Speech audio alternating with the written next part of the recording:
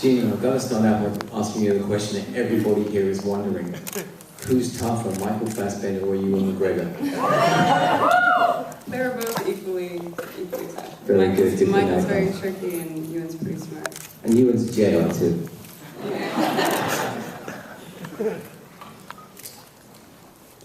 Actually, no, that's it. That's all I wanted to ask. Really.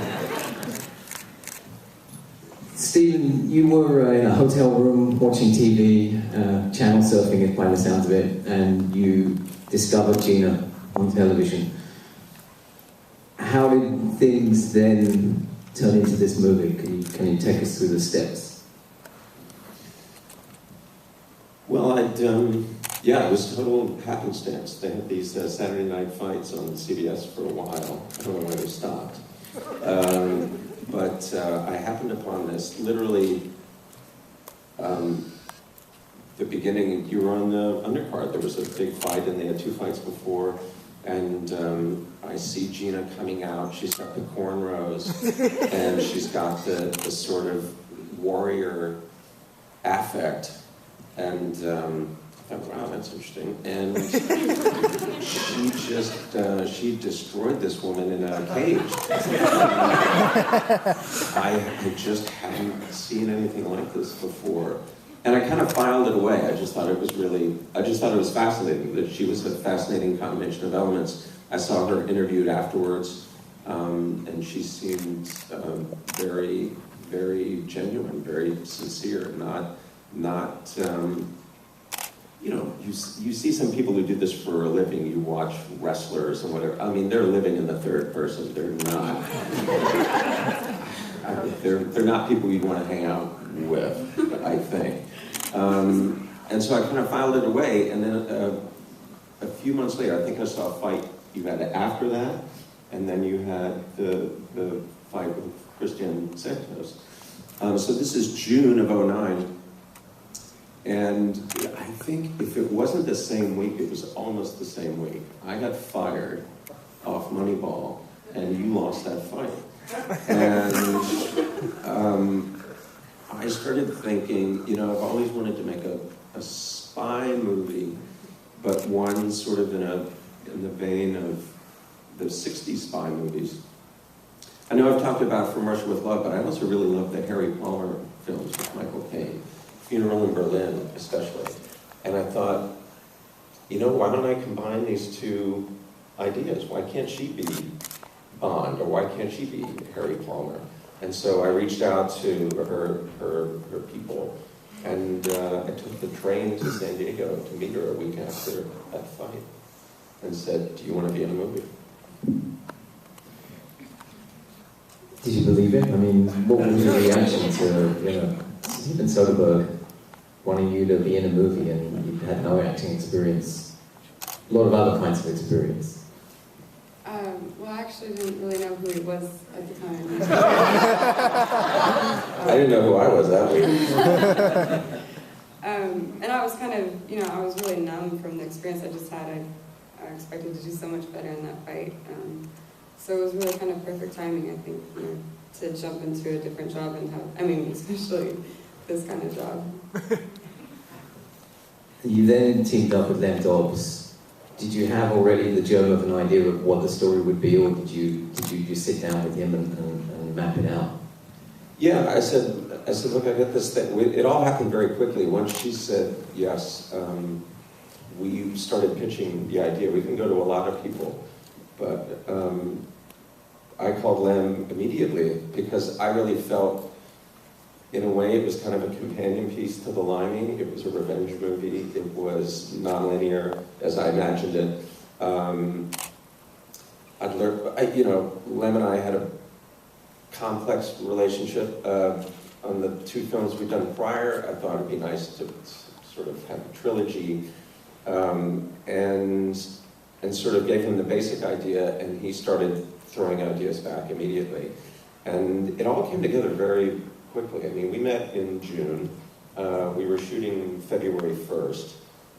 So while we were writing the script, she went into training, into serious surveillance, counter-terrorist, all kinds of stuff. brainwashing. So you developed a whole new skill set as a result. Stunt fighting and exercise training. Did you have any kind of input into the script? Did you say, I don't see myself doing that, but I see myself doing this? Or No. at any point? I just went with it. I was just excited to be a part of it. They built the perfect vehicle. She was busy. You went into So this training was nuts yeah. that she went through. Like 3 hours of stunts in the morning and 3 hours of massage training, M4, miniature Uzi, Glock. Aaron Cohen, who's there. He was in Duke Devon, which is different than massage. Yeah. I think they hate each other. There's something. All the time. Yeah, there's a whole Well, anyways, he Yeah. put a damn GPS on my car and tracked me and made me extremely paranoid. Do you feel, could you say what part of you most overlaps with Mallory as a character? I mean, what part of you do you feel is up there on the screen, apart from the fighting stuff? Oh, I was going to say the aggressive part. I think maybe just the will to survive. I was struck by something watching it the second time in how you delivered your dialogue. Apart from when you're talking to Channing Tatum, where you're quite normal, with everybody else there's a certain kind of, I'm not sure what the word is, but there's a certain kind of authority about how you talk to everybody. And I was very struck by that way of delivering things. Was that something that just came out naturally, or was that something that you and Stephen arrived at? I definitely think that's something that me and Stephen arrived at. No, I mean we were, when I talked to Lem about the character, I said, look, she's got to be a female Clint. It's got to be, the way she speaks has to be very terse, very lean, like no wasted words, no wasted energy. Just her whole way of being needs to be really kind of minimalist. And so that, I think, when apart from the fact that Gina as an athlete has a physicality that I think is really difficult to fake if you're not an athlete, and the fact that there were two things that I was convinced by, when we met and talked. Two things you need if you're going to be on screen. One is what to do with your body, just physically what to do with your body. And the other is what you do with your eyes. If you know those two things, you can everything's going to be fine. So I sensed that wasn't, that she could do this. I really felt she could do it. And my job then became convincing her that she could do it. Because it's one thing, she would tell you, it's one thing to go into a cage and fight something. It's another thing to be standing in front of Michael Douglas and having to deliver dialogue. It's terrifying.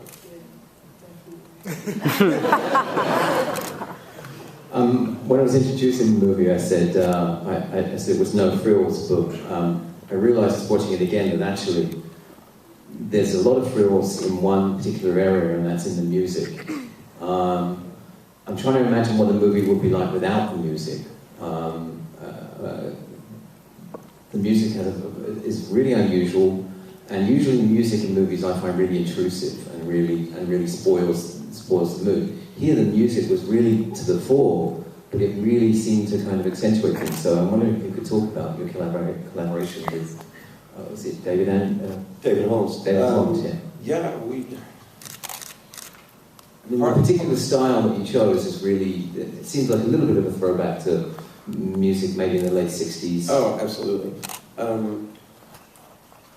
Part of the reason to make the film, part of the reason I think you make any film, possibly, is in reaction to something else that you've seen. In this case, in reaction to a lot of other action films that I've seen, in which I felt the music was not memorable, in which I felt the music was intrusive, in which I felt the music was an attempt to hide something or distract you from the fact that they didn't have the goods. And so we talked a lot about the feel of the music and also when it would be used, because rule number one for us was we're not going to score the action sequences. We do when she's running, like that was sort of our rule. If she's running around, then we can have some music. But if she's hitting people, there's no music. And you know, we kind of stuck to that. There was a lot of discussion internally for a while about whether or not that would work, particularly in the final fight with her and Ewan on the beach. There was a sense that, you know, come on, it's the last one. You know, won't you just come on and put something there? And I just thought, no, I like the sound of the ocean. I like the sound of their feet on the sand. I like the, you know, we can't just switch. We can't just violate our aesthetic in the last, you know, 3 minutes of the movie, because that's what people tend to do. And so, you know, hopefully the things that are potentially worrisome when you're making a movie because they're not traditional will end up being the things that people like about it. That's our hope. Were there any other particular rules you set yourself for this one? Mostly about camera movement, composition, cutting. You know, except for the Barcelona sequence, there's no handheld work in the movie, and even the fact that that's handheld is kind of mitigated by the fact that I'm off speed, and so the fact that it's slow motion doesn't make it feel like typical handheld. You know, can't move the camera unless the subject in the frame is moving. I'm a big believer in every shot, every cut there needs to be a reason. You know, I believe in like no wasted images at all. That doesn't mean that you can't. I believe as a filmmaker, you should be able to generate a lot of good images quickly, but you should also be willing to use them. You should be willing to toss them off. You know what I mean? Just because you've come up with a good shot doesn't mean you need to hold it for a while. But I felt like every image needs to be something worth looking at. That was my other frustration. I don't know, why aren't they beautiful? Why can't you make an action movie that looks beautiful? I don't understand. I see a lot of action films that I think are good action films, but they're not beautiful to look at. And that didn't make sense to me. Did you approach each of the fights differently as a filmmaker, or did you have a different idea or a different feel for each of the, I think there's 4 major fights and 1 small fight? Well, the way in which I tried to differentiate them is not so much in the shooting and the cutting, but in where they took place and what the environment was. For instance, the fight with Ewan at the end of the film, we tried something that is potentially, if not dangerous, stupid, which was, I said, look, I want the whole fight to take place at that moment where the sun is about to hit the horizon. Now, anybody that works in a movie knows that's about 45 minutes a day that you have that window. So what we decided was we're going to shoot that entire sequence over 2 days in that 45 minutes where we have that window of time.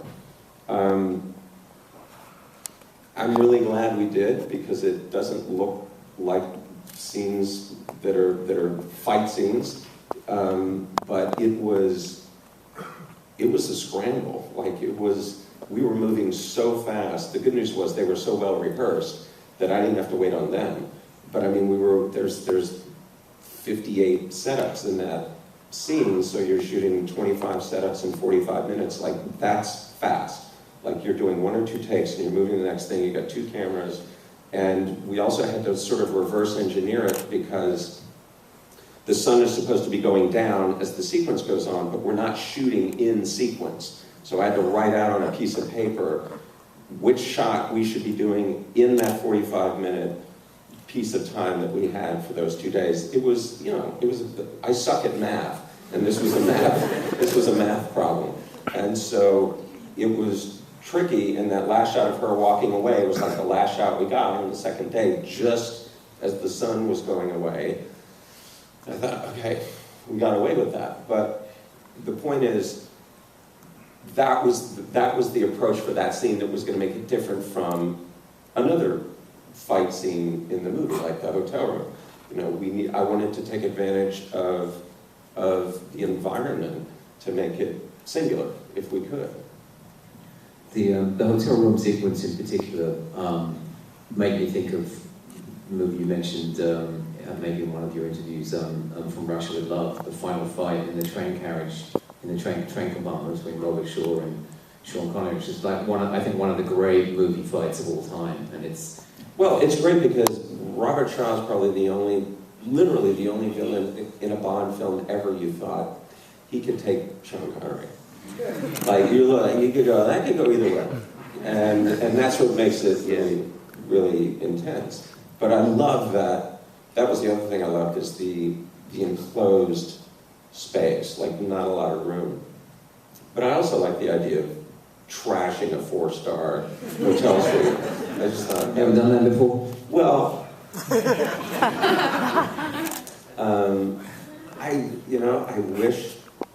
I wish I had the spine to do that, because I've read about it. And I know it would contribute greatly to my mystique. And might even, get me more critical attention, but I just can't, I have too much respect for other people's stuff. I would never trash something that belonged to somebody else. I just think that's not cool. It's a hotel, it doesn't belong to anyone, mate. Yeah, no, just one last question about style, and then I'm going to turn it over to these guys. I was really struck as well by how in the first action sequence the sound becomes really muffled, and I was really curious about that choice. I thought it was really striking. You mean in the diner? No, sorry, the second one. In Barcelona, the whole part of it. Well, that was, again, that was an example of showing up the morning of shooting that sequence, knowing we have to do something to distinguish it from all the other action sequences that we have in the film. So I've been having these conversations with Greg Jacobs, my producer and first AD, about, we need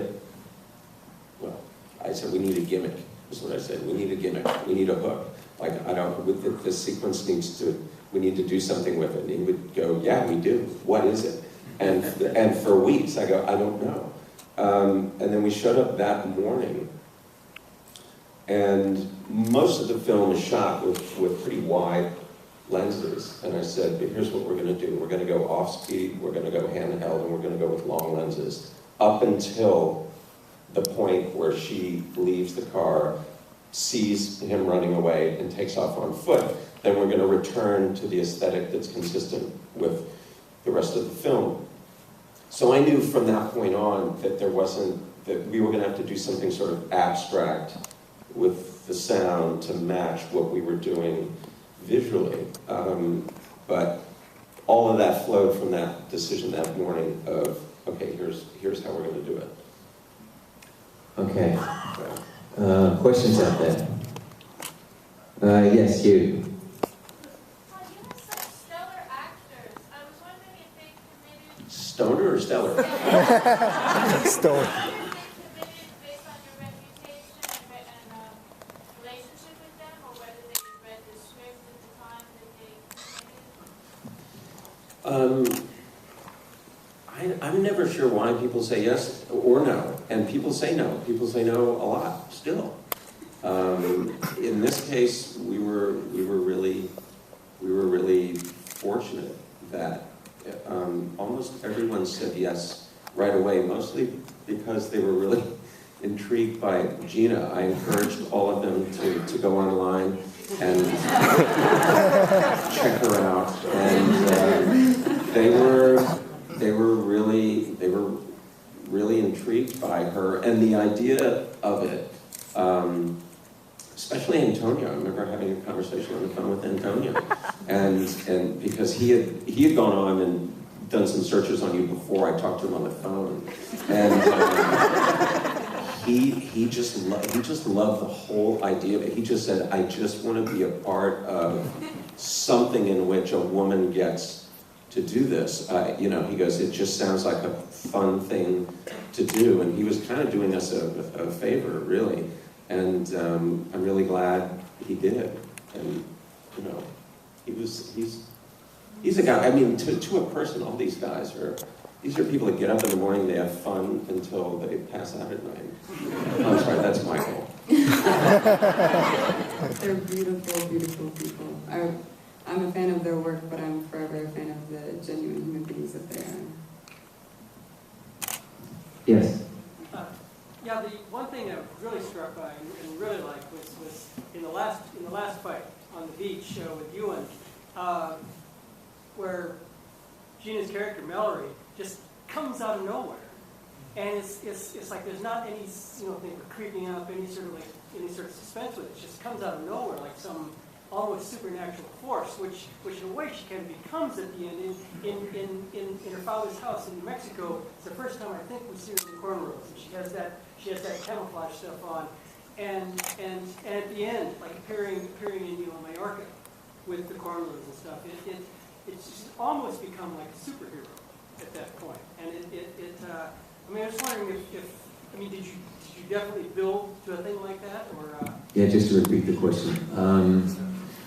Towards the end of the film, Mallory seems to kind of take on almost superhero kind of quality when she comes at Ewan McGregor on the beach. She sort of comes out of nowhere, and their appearance has changed. There's the cornrows, and so was that something that was in either of your minds?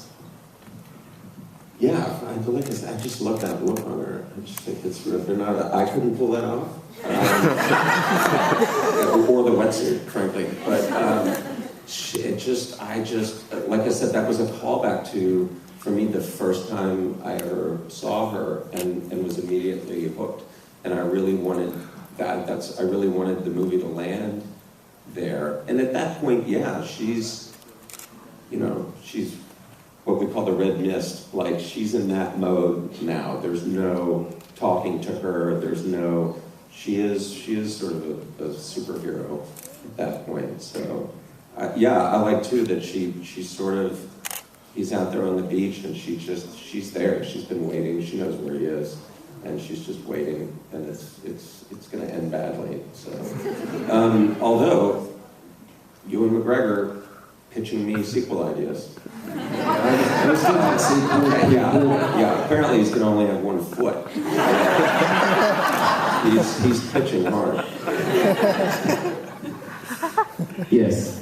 I'm wondering about the stunt fighting versus real fighting for Gina. Like, suddenly you're fighting people who you can't actually hit their $1 million faces. So how would that change? Question for Gina about the difference between real fighting and stunt fighting, or play fighting, I suppose. Was it hard for you to switch gears like that? Well, it was refreshing to be able to do a couple takes and not have to get it right on the first try. And it was really kind of, I walked into 8711, it's a stunt crew in Los Angeles, and we shared the same passion. And as soon as I walked in, they knew, every discipline I've done, Muay Thai, boxing, wrestling, jiu-jitsu, and they respected me as an athlete, and so we kind of coordinated these fight scenes, and there's certain parts in the film where I'm like, I put that in there. But, all the actors were just they wanted to do everything themselves. Even if they were off film, they wanted to be there, and they didn't want any stunt doubles. They wanted to be completely physical. Did you hurt anyone? We have some funny stories. Definitely. Ewan punched me in the head at one point, and I popped up, and I was like, "How's your hand?" Because I know what it's like to hit somebody in the head with your hand, and it, unexpectedly, it could kind of hurt. And I get punched in the head all the time. So, when you watch movie fights, other movies, are you kind of a connoisseur of those fight scenes? Do they kind of seem fake? Do they seem real? Do you have a kind of benchmark for what's a good movie fight in any of the movies you've seen? Well, I think that definitely I watch fights, and you definitely critique them. But I'm not a judgmental person. I've been judged the majority of my life, and so if I don't like the fight scene, then I'll look at the acting and be like, well, damn, I really grew attached to that character. So I'm just trying to bring my kind of physicality to the role, and I think that hopefully that comes off in the movie. Well, I know Channing Tatum told his dad, I'm going to go to this movie with this woman, and it's an action movie, and there are fights in it. And Channing's dad said to him, look, when somebody makes something in which a woman can really kick a guy's ass, maybe I'll go. And after Channing said after he got home, he goes, you gotta go see this. Yeah. When I was watching this movie, I kept thinking about sort of the transformation that Jennifer Lopez did in Out of Sight, and seeing that you're making this thing sort of transition from being from like sort of a niche market, or as I know nothing about any mixed martial arts or anything like that, to becoming a movie star or film star. How do you see yourself as this as being a vehicle for something bigger for you? The question was, this viewer was reminded, watching Gina tonight, was reminded of Jennifer Lopez in Out of Sight, in the sense that she was seeing somebody transitioning into a new, I guess, phase of her career. And the question is for Gina, I mean, how do you feel? Do you feel you're kind of going through a transition now where you're going to continue in the movies and become a movie star? Well, I would be stupid to say I would never do that again, because I absolutely would do it a million times over. It was the most beautiful experience. I mean, I got to travel to different places I've never been. I got to meet some wonderful, beautiful people that are so talented in what they do. And of course I'd love to. So we'll see though. I mean, nothing's ever guaranteed. I'm kind of like floating in between worlds right now, but I really couldn't be more grateful to sit here tonight, I'm just really, I'm just going to enjoy it right now. Have there been any roles offered yet?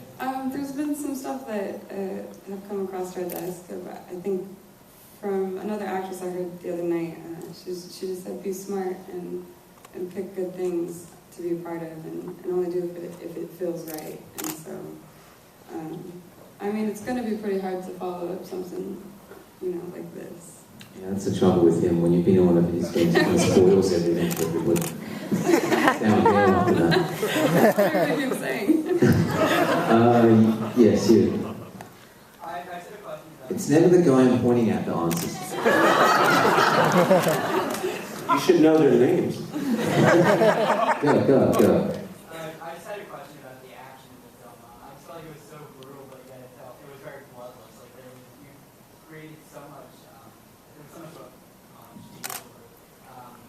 in the action sequences without showing a lot of violence. How did you create this? Like, was it good sound, cinematography? There was a lot of discussion about the blood.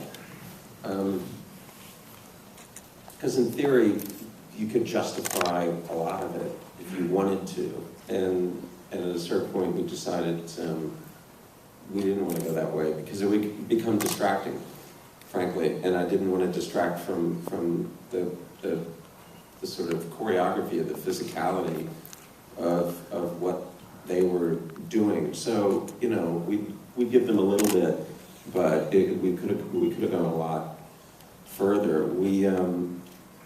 One interesting thing that happened in the last couple of weeks was we went through this ratings thing with the MPAA, where the film's rated R right now, which I wouldn't ordinarily have had a problem with, except that I'd seen some films recently that were rated PG-13 that I thought were much more violent, and actually involved teenage girls. And we went through this whole process, and I sort of made my argument, and I lost. Yes. Yeah. You. Yes. Brian. No, what's your name? John. Sorry. John.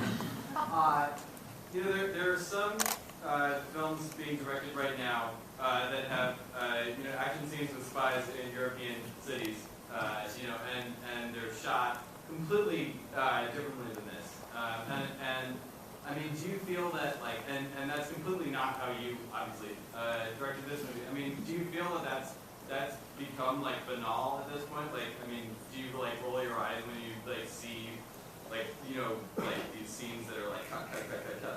I don't know. Does that bother you at all? You mean the Bourne films, right? They did it in Inception too.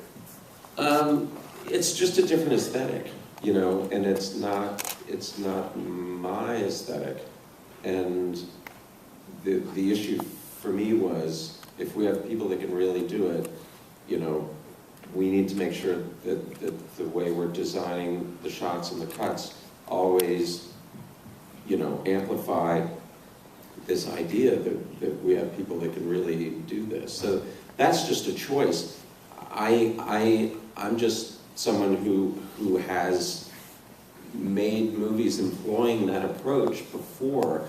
It's just something I don't feel like returning to. It's not that I feel like it's a bad choice. It's just a choice that if I were to employ it on this, would feel like I'm falling back on something that I've done before, whether it's Traffic or any number of films where I've employed a more sort of rough aesthetic. I really wanted something more classical,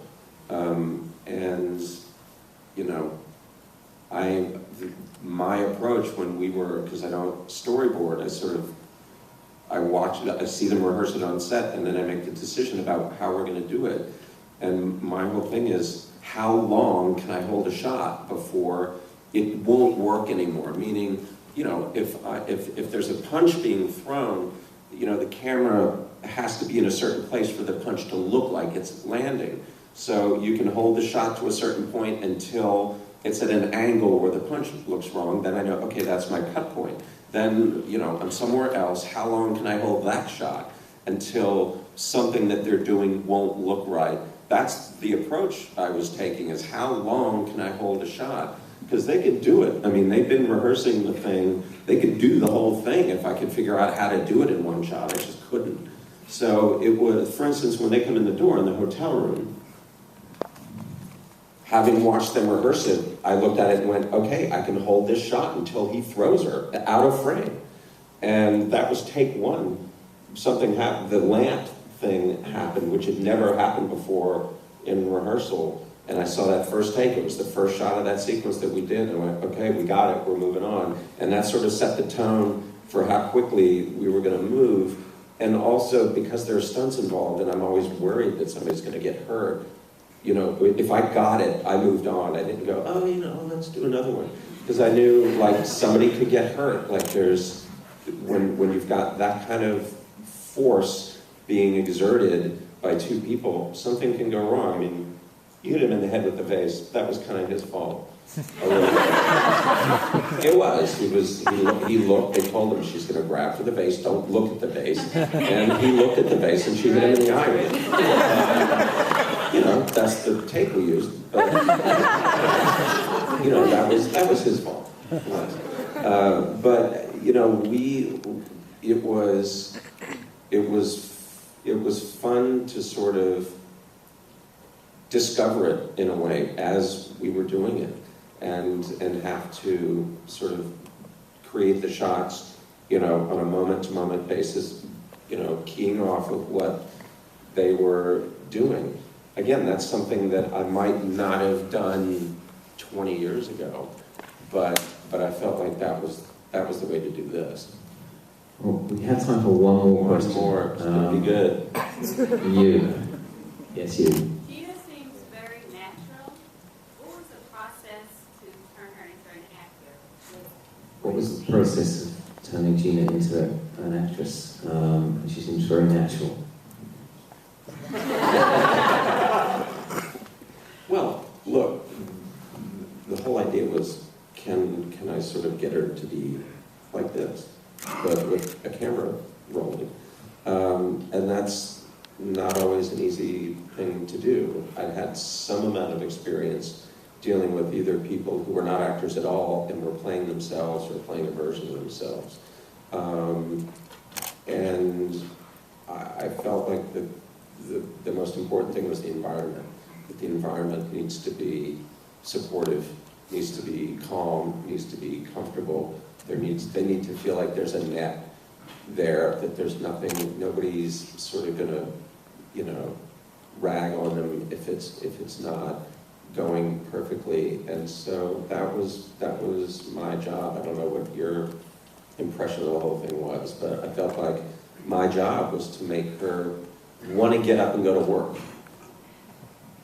And it was incredibly safe to be vulnerable with people. I mean, he knows that, I know that he knows that he brought me in, knowing that I had no clue what a movie set really was.